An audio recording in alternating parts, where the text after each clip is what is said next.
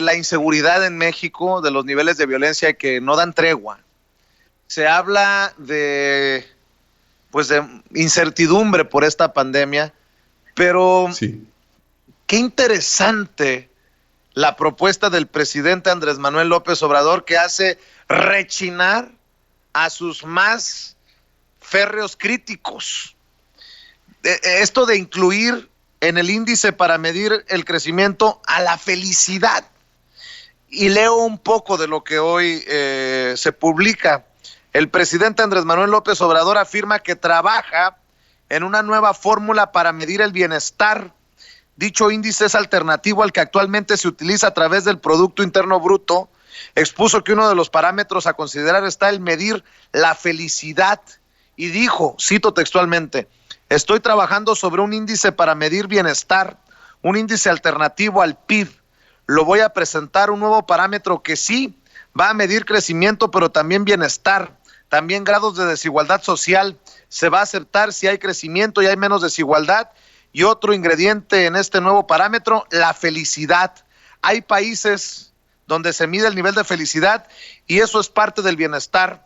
Estoy elaborando la fórmula, la vamos a aplicar en México. Es un sistema de medición distinto y a lo mejor contribuimos también para tener otros parámetros en el mundo para saber si realmente hay bienestar. No, pues imagínate los rabiosos que van a salir y que siguen saliendo todos los días a criticar y yo utilizo mucho este término, a caricaturizar al presidente Andrés Manuel López Obrador, aunque me parece muy interesante, y México no sería el primero en hablar de los índices de felicidad para medir el crecimiento, para medir cómo está la sociedad.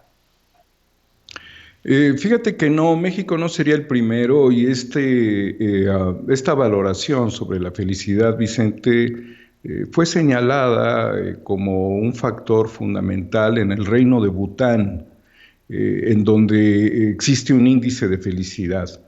En el medio de estos paisajes montañosos con naturaleza agreste, Bután ha considerado desde, no ahora, ya hace algunos años, la felicidad como un factor fundamental.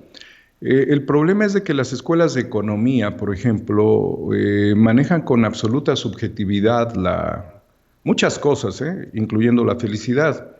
Para ellos la felicidad se mediría dentro de las relaciones económicas impuestas a través del mercado de commodities con ecuaciones que no comprenden y que son indescifrables.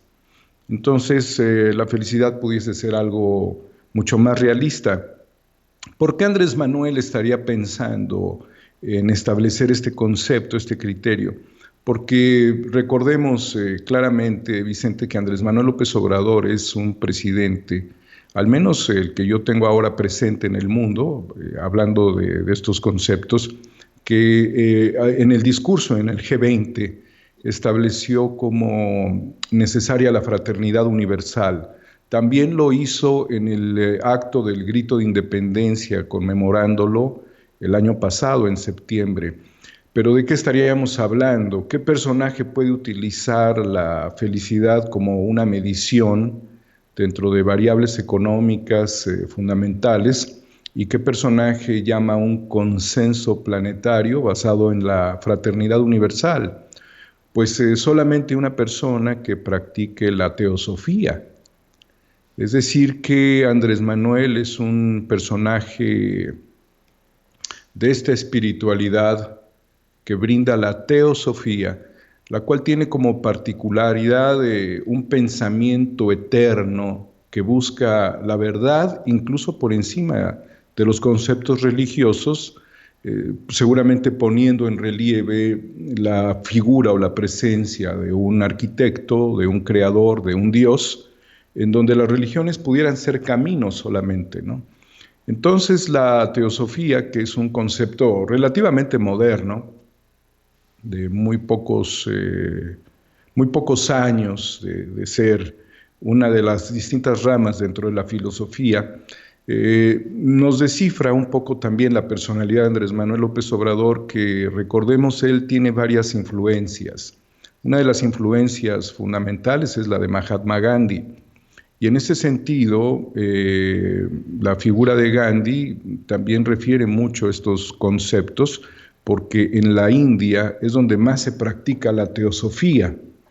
Entonces, tiene una mística. También esto es parte del blindaje del espíritu que tiene Andrés Manuel, que le permite luchar contra estos rivales que son verdaderos psicópatas y sociópatas, algunos con micrófono, otros con un tecladito en sus teléfonos, que están promoviendo el golpe de Estado. Y sí hay un camino, hay una ruta que ya ellos han marcado para el golpe de Estado, ¿sí?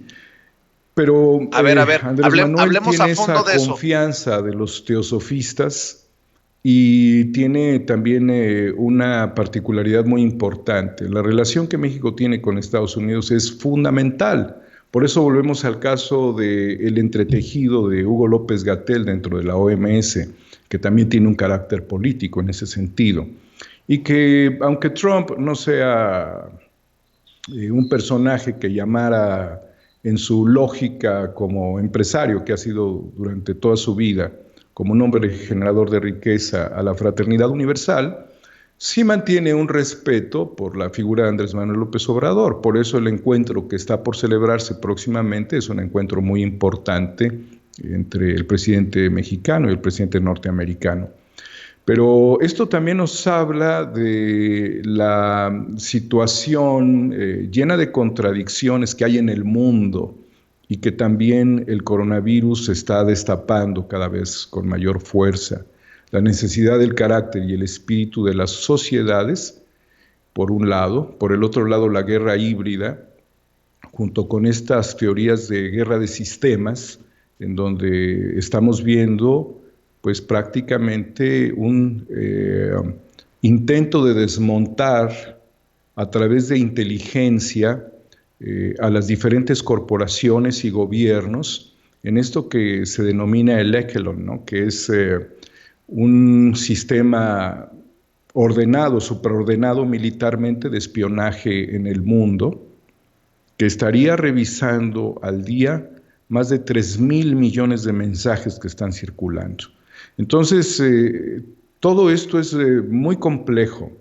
Por eso poner en el centro del pensamiento, tras esta crisis y problemas que vienen en el mundo, como sería la felicidad, tiene mucho de subjetividad dentro de esto que le llamaríamos el optimismo racional tecnológico, dentro de la guerra híbrida. Pero también tiene mucho de verdad, porque si algo nos está demostrando el coronavirus es la finitud que tenemos las personas, los seres humanos, y junto con esta finitud, la importancia de al menos intentar ser felices, Vicente, en el medio de tantas complicaciones como las que estamos viviendo.